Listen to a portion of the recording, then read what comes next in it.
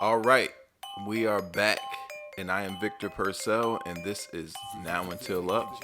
And I'm excited to be back to talk about some things that just occurred this past weekend.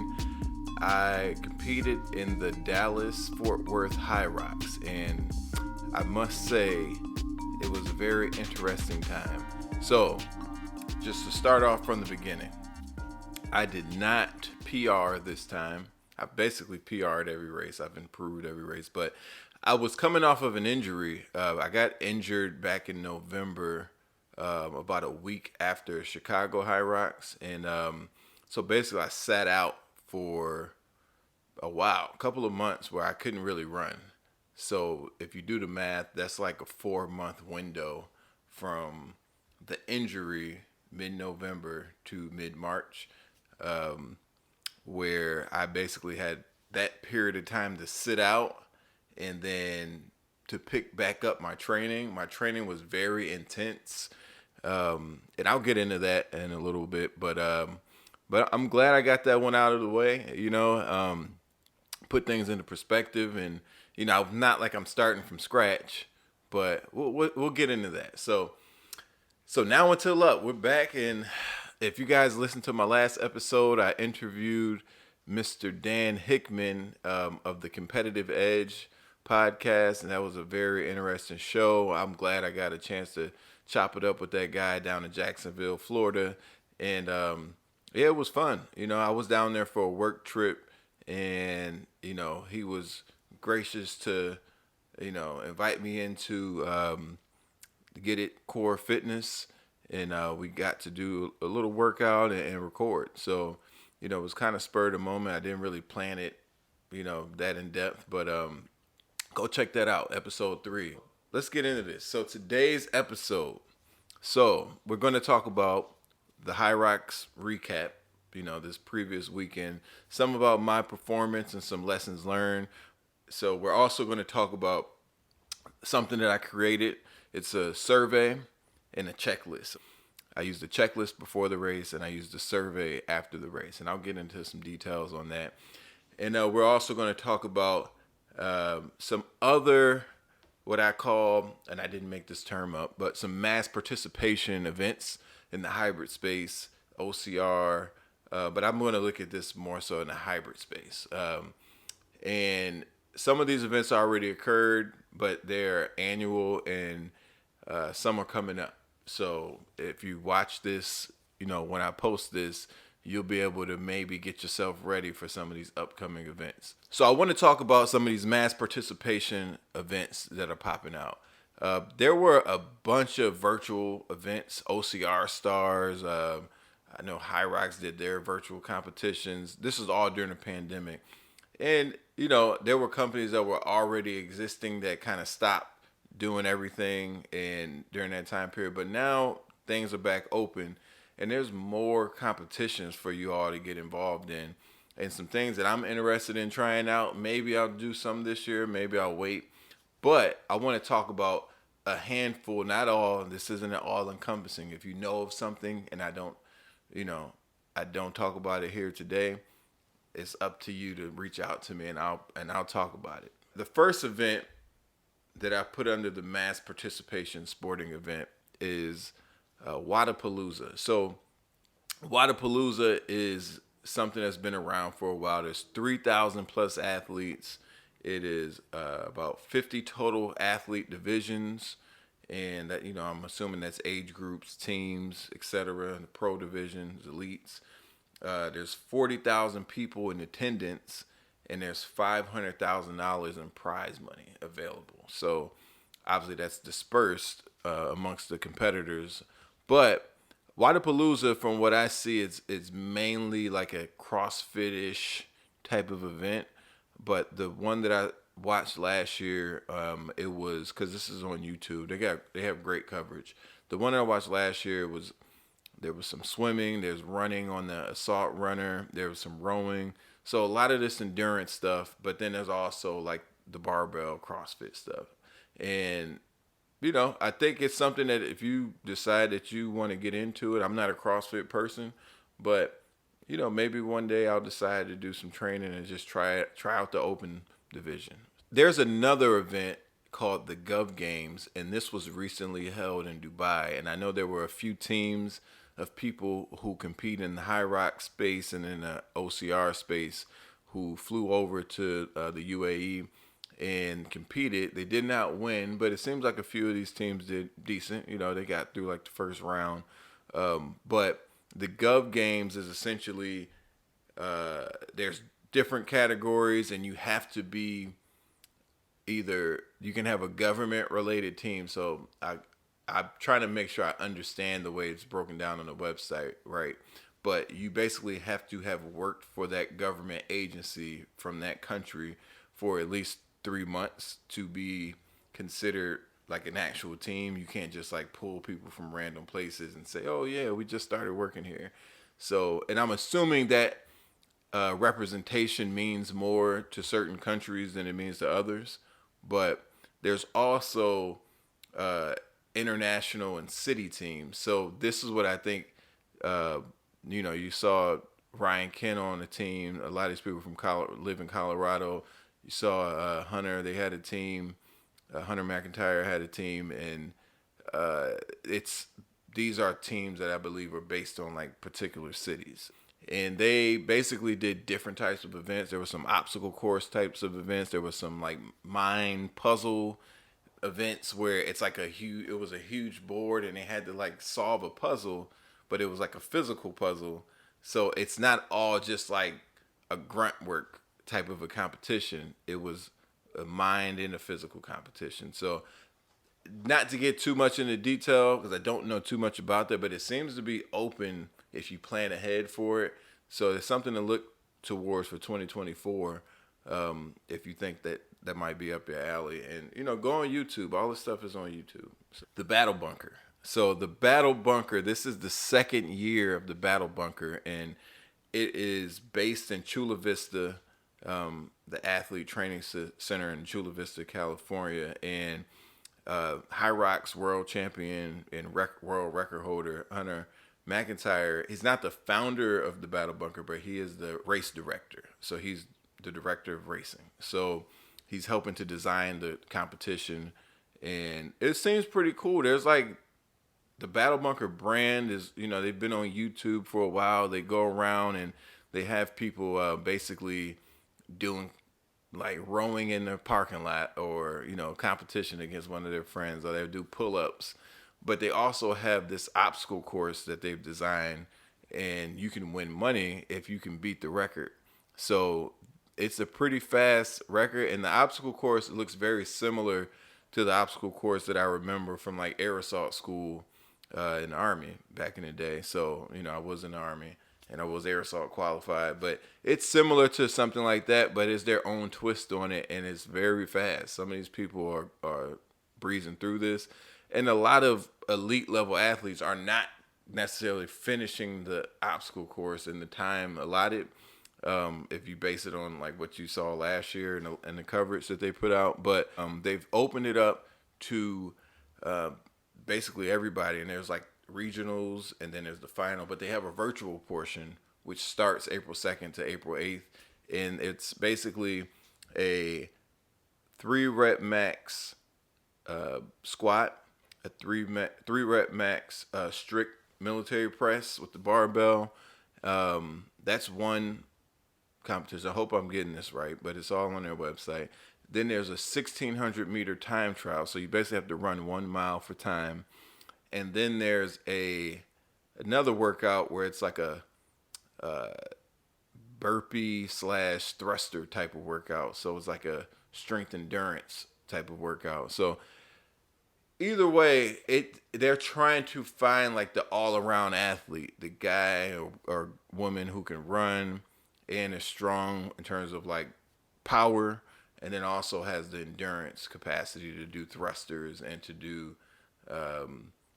burpees. So this seems to be, I think, is going to be pretty good if they keep it going.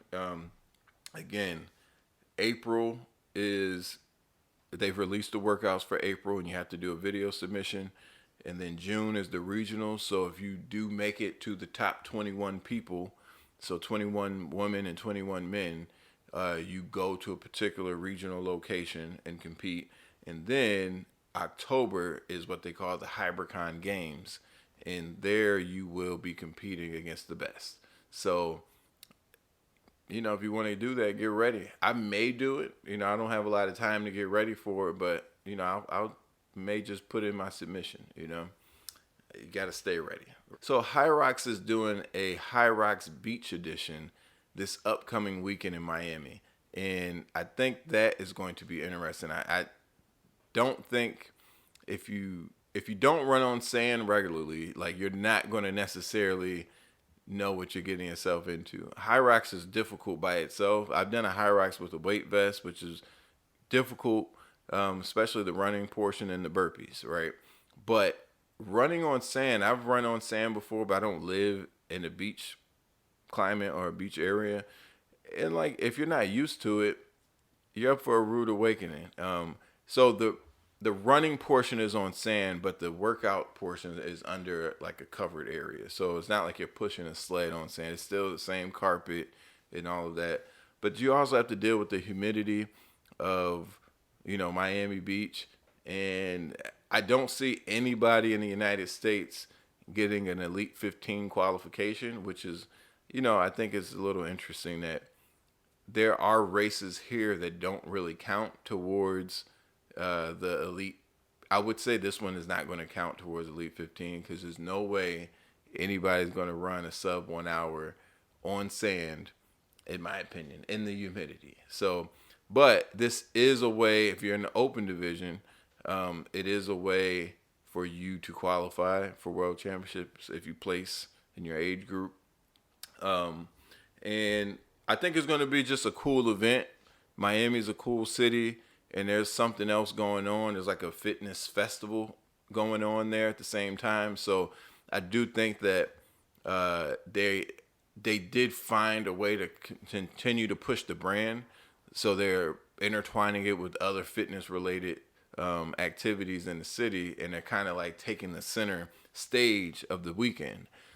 So I'm not going to be able to go to that, but I know a few people that are, and they're excited about it. And I think that, this is going to be a special event, and we'll see how it goes. And what else do we have here?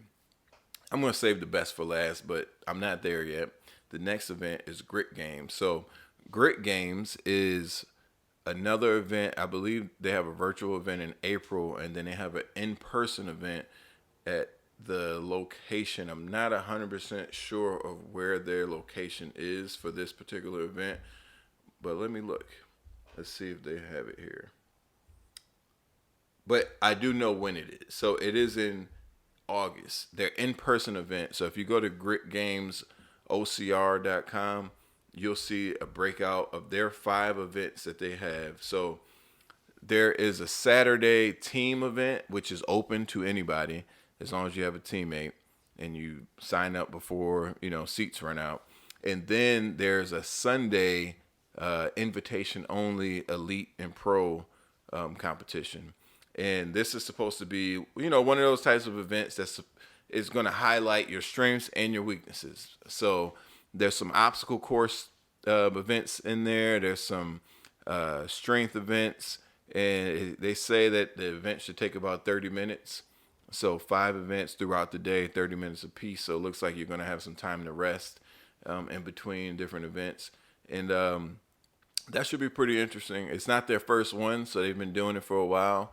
And yeah, I'll be interested to see some coverage on that. I believe Obstacle Race Media may be covering that, or one of the sites is going to be covering that video-wise. Last but not least, the gym that I go to, shout out to David Magida, the Elevate Hybrid Games. So that's new. This is the first Elevate Hybrid Games, and I competed in the first Elevate Powerlift competition, and I won.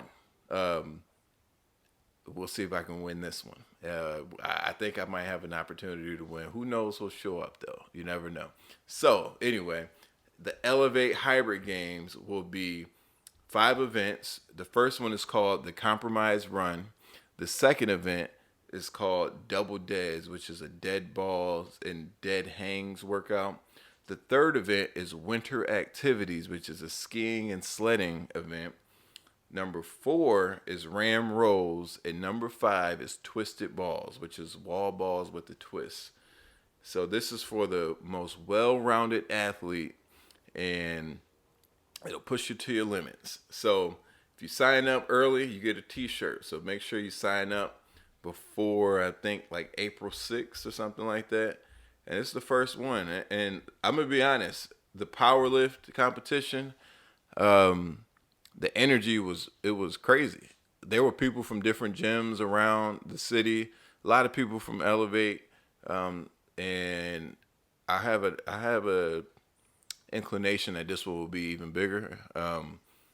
And because it's not just pure like powerlifting. Like the other one was endurance too, but it was very short, and I think that was like it was the perfect type of situation for me, which is why I came out on top. And I'm gonna keep patting myself on the back for that. I got my, wrestling style belt in the other room, but we'll see if I can get another one. There's a bunch of things going on. It's not all about the big name brands that are out here. I think it's great to be able to like prepare for a large event that may cost you, some money to travel. And, you got flights, you got hotels, food, the ticket into the race. But if you live in a city that has a gym, or if you live driving distance to a city that is doing competitions and there's athletes from the same place or the same hybrid community, I think you should go try it out. It's always good to compete. It's not always about doing the 60-minute to 90-minute competition. Sometimes you need to go just show up and be a part of the community and test yourself, right? You don't have to wait it out. Don't be scared. So if you go to my website and you look at the top of the screen, if you're on a computer, you'll see 2 links at the top under the logo, the Now Until Up logo. It's a hybrid race checklist. So I've created this checklist giving you all the things that you need to consider before you leave your house. The week of the race, you need to go and look at this checklist, and it's from the nitty gritty, from your flight confirmations, your hotels, your race tickets, and the weather. So that's where it starts. But it gets deeper, from your pre-race travel and your reviews that you need to do. And it's very intricate things here, like water bottles and electrolytes for your traveling. You think about, what do I need for the race? No, you need to think about, what do you need before you even get to the race? And it's very easy to forget small things that can just throw you off. Now, I'm going to be honest. This past weekend, I did forget a couple things. I'm not going to say it threw me off per se, but you definitely need to have a list, and you need to be consistent with what you do before every race. So the pre-race travel and reviews, we got headphones, water bottle, and electrolytes. You need to be reviewing your course map and your rule book for that particular venue. You need to also check your local restaurants and menus. You can look at everything on the internet. Like, take the time that week to look at Google restaurants, look at the menu, look at what they have in the hotel. Because if you don't do well with dairy and you got these fancy restaurants and they're heavy on the butter, you may need some other options. I'm not saying you need to fly with pre-prepared meals, but that might be something you need to do depending on your digestive system. So you don't want any surprises with the food. Can you visit the race venue the night before, right? You can't always do that, but I like to do that because I don't want to be looking for anything the day of the race. I want to just show up, walk right in, know exactly where I need to go. I don't want to be lost in the sauce trying to get there. I want to be low adrenaline, low stress before I start a race. You don't always get that option depending on your time and your schedule, but if you do, this race checklist will help you. Well, you got race time. So what do you have? What shoes? You got your shoes in your bag. I've done workouts, but I forgot running shoes, and I had on like regular weightlifting shoes or Metcons. Do you have your fitness watch and your heart rate chest straps? Do you have your different racing attire? Do you have the right racing fuel? If you need anti-chafing lotion, or do you are you going to arrive 1 hour, at least 1 hour before your race? You probably should be there at least an hour before, maybe early, maybe 90 minutes, depending on the venue. Then we have after the race. I like to wear compression pants on the plane. I do wear like a longer pullover type thing to cover my midsection area, and I don't want to scare anybody in the airport. But on the flights, I'd like to have on compression pants. I like it just feels better because my legs are sore. Maybe the dimes haven't hit in yet, but I think it's smart to either wear compression socks underneath your pants, or compression pants, depending on who you are. Do you have a plan for your wet clothes after the race? I have raced and forgot a shirt, right? So I need to be sure that I have my plastic bag for my wet shirt, and I have a shirt to change into depending on the weather. It was Dallas Fort Worth. It was like 40 something degrees, and the hotel was not like across the street from the venue. It was like 0.65 miles from the venue. So wet wipes or a towel. Maybe you're going straight to the airport after the race, right? So it's a lot of things on here. I think you just double check this. So go check this out. Go to the website and you'll see this on there, right? It's free, and what you have, you'll send an email directly to your email once you fill it out. So the other form that I have here is a questionnaire. So this one is big. There's a lot of data out there. I save all of my racing results for every station for Hyrox. I have a spreadsheet.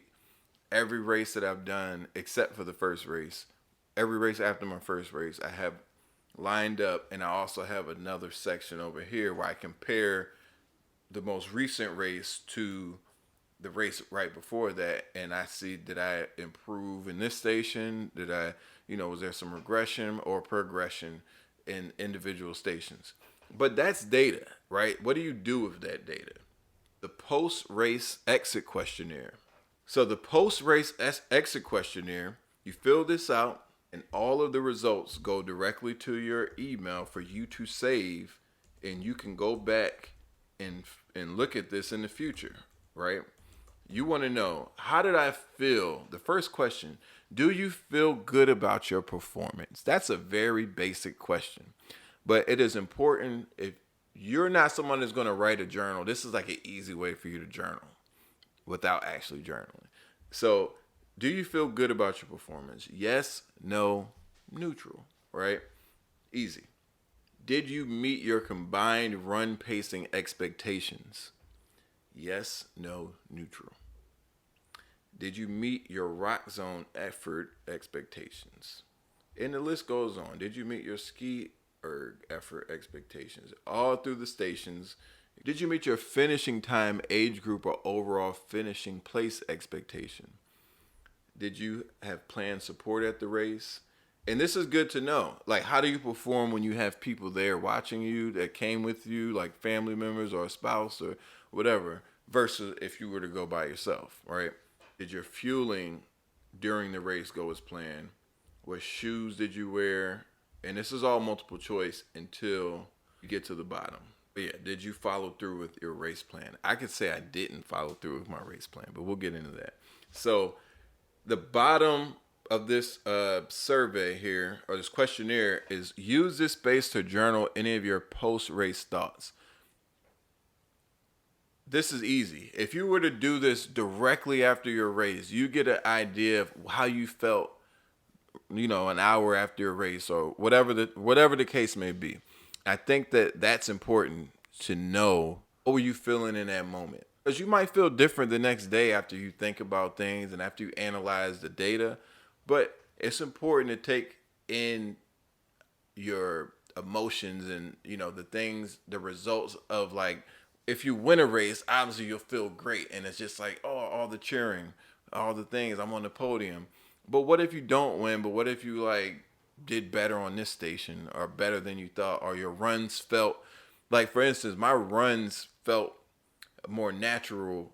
Even though my time regressed, and we'll get into that, my running got better from the previous race.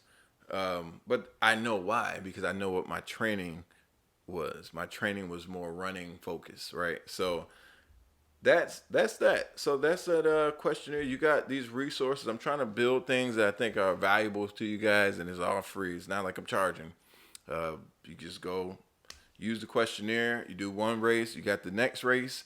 You can look at that, and then you can see. Oh, so let me compare these two questionnaire responses, and then you got all the races you did that year. You can look at all your responses and look at them side by side. So it's easy peasy. And so I'm going to get into my race recap. This is going to be very interesting. We'll just go down the list. I'm not going to go on every single station, but for those that don't know, so I injured my hip. I had hip bursitis, and this was back in November.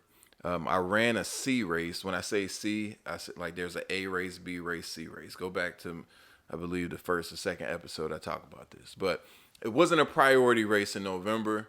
I did a lot of like base building. I did a 100-mile bike ride with like 7K elevation in October, and then I raced in November, right? I did a lot of slow running, slow miles during the summer. Not a lot of speed work, not a lot of compromise work, just, lifting to maintain.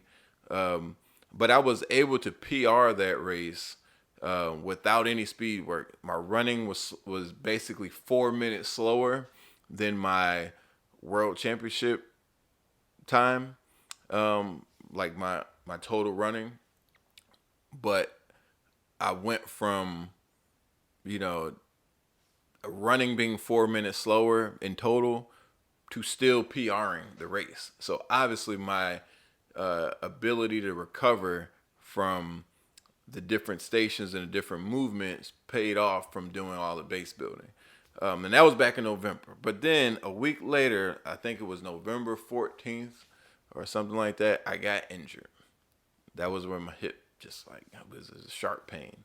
So I basically couldn't run until like the end of January. So from November to the end of January, I may have had like a couple of weeks later on during that period where I was doing like 2 20-minute runs during the week.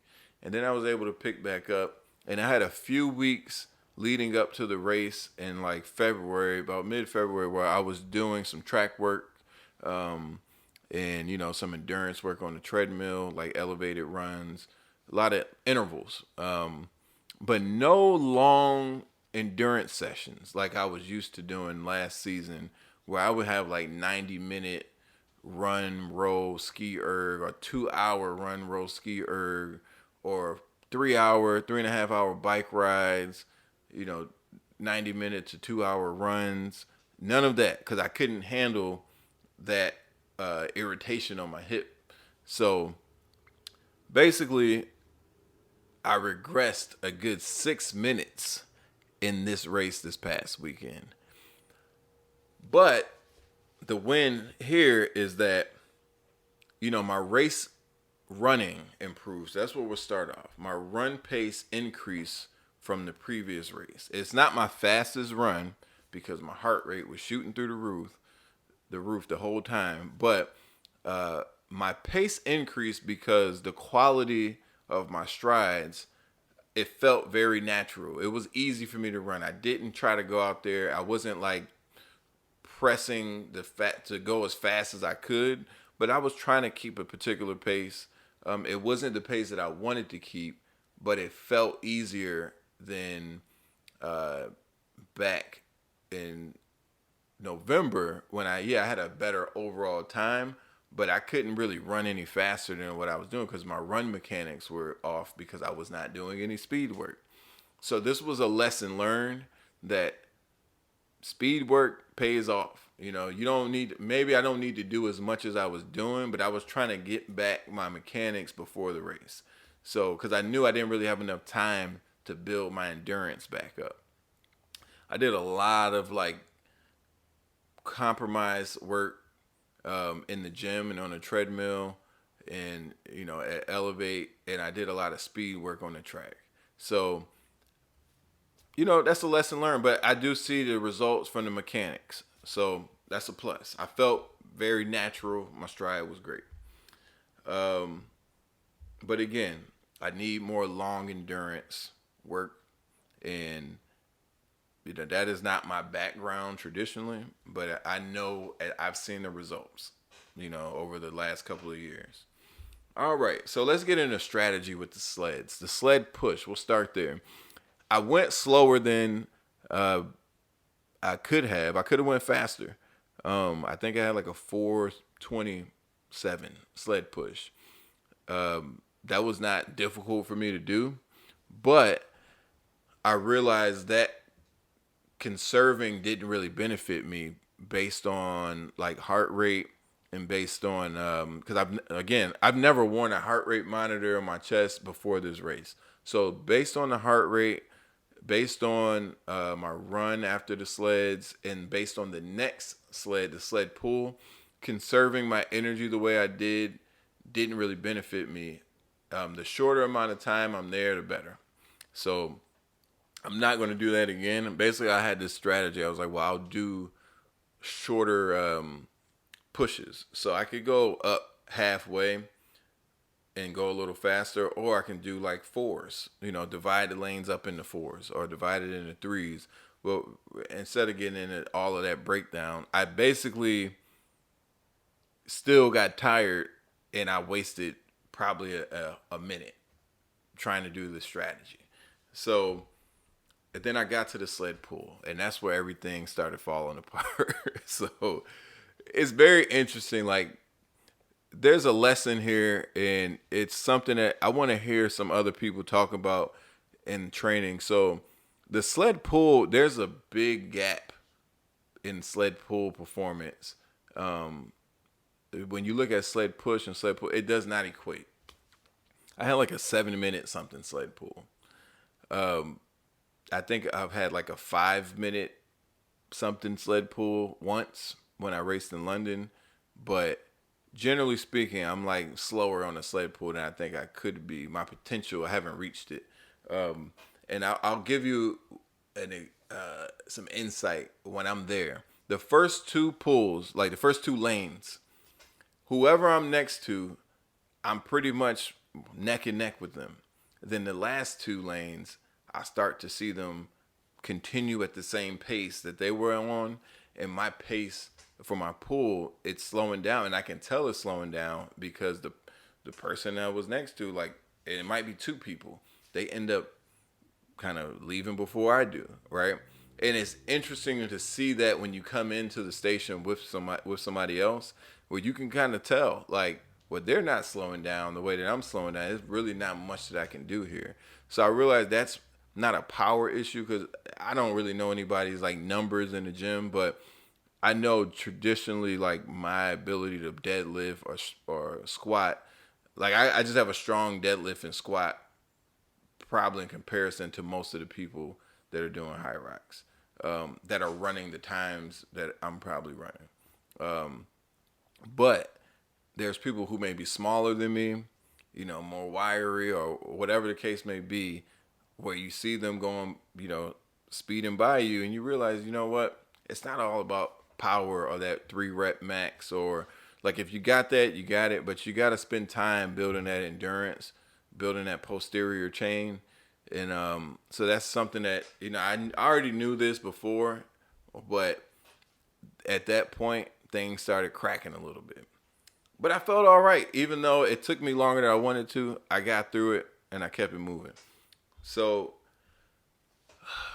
the burpee broad jump, I tried this method out where I basically got there and it was like a step back, and then I did the frog hop forward. So I didn't do the step forward, step up method. I did the 2 feet up method, because I have that elasticity from doing the 2 feet up method on my jump. So I was able to stay low and do that. But the thing is, I just got tired. My heart rate was up.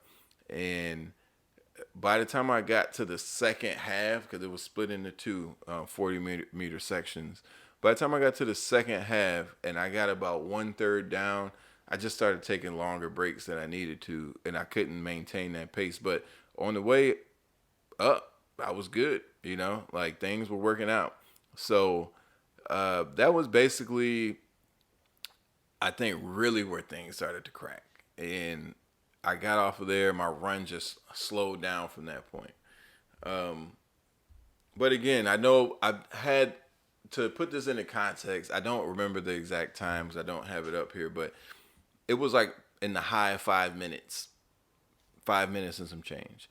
I've done sub 4 minutes before.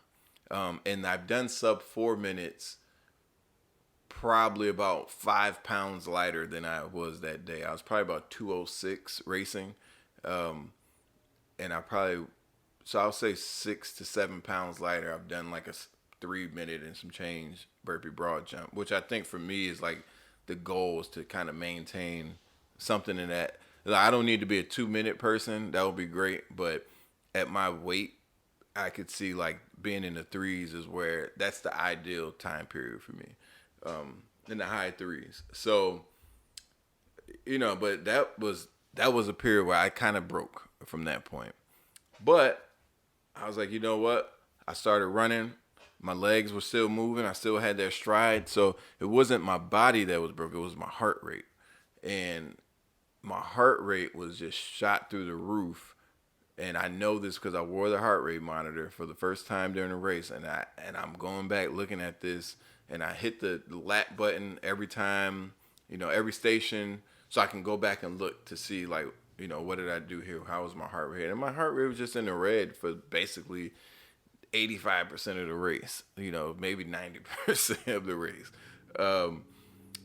But then I got to the rower, and the rower, I took it easy. Like my heart rate did drop down some by the time that I got to the rower, and I basically stayed. Eventually, I settled out around 205 on the rower. I'm normally like, I'll row sub 2 during a competition and feel the same.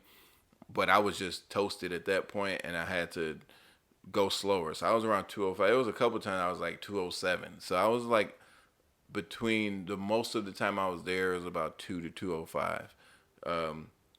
So that was the time, like I sat down. I was able, basically like a active recovery in essence. And but I really needed it because I was still trying to figure out where my life was after the burpee broad jumps. Farmer's carry. I put it down twice, I think. Probably a little slower, but that's such a short event that I'm not going to go into too much detail. But I think I was fine there. The lunges. The lunges is about equivalent to my other times. I definitely got a lot of work that I need to do there. But I think that's more so not a strength thing. It's more about my just my stamina at that point. It was, you start off one way, and then by the time you get to the lunges, it's like, all right, I'm just ready to get out of here. So got through the lunges. My run time post lunge was the same time as the last race. So that lap, or that 1K was the same exact time. And that means I was just done both races after lunges. That's it. So, but my wall balls. My wall balls were the slowest wall balls that I've ever done. And this is another lesson. So this is a mental game. And me not doing any really long workouts, it got to me because I was out on the course longer than I really wanted to be. And I had not done any workouts close to that leading up to this since my injury. So my wall balls, I basically was just doing like sets of 10 after the first like set. I thought I did 20, but he said 18. But after that, I was just taking my time. I wasn't even in a rush. I was tired and I just wanted to finish. But this is where, some people would leave and walk off. But I was like, no, I put it in perspective during the pain, during the high heart rate. And I was like, I'm just going to take my time here and finish. At this point, I'm not racing. I'm not going to PR, but I'm going to finish. So that was my goal at that point, was to get out of my head and finish the race And I was like, I could do this. I could do these wall balls at this pace for another 30 minutes. That's how slow I was going. Like I was doing 10 at a time and I was not hurt, but because I didn't allow myself to like do too many to get hurt during the wall balls. But anyway, that was that. And then the race was over. So at the end of the day, I got a lot of work to do. But I don't feel bad about this performance. Even though I may have felt bad during the race, you have to, like Magita texted me after the race and was like, you got to expect not a great performance after an injury. It's like your first race back. So, I mean, and that's kind of what I was thinking. It was like, I mean, there's wins. You got to look at all the details. Look at the nooks and crannies of your race. Don't just look at the time. The time is going to be what it will be. But what can you pull from that performance to baseline? And this was a baseline race for me. And I felt good because my hip did not hurt at all for the whole race, right? And I know I've had races that, like World Championship, was very similar to my time in Chicago, but I had like my slowest sled push because my shoes just would not stick to the carpet, and I had a bad wall ball because I think the judge I don't know what was going on with that guy.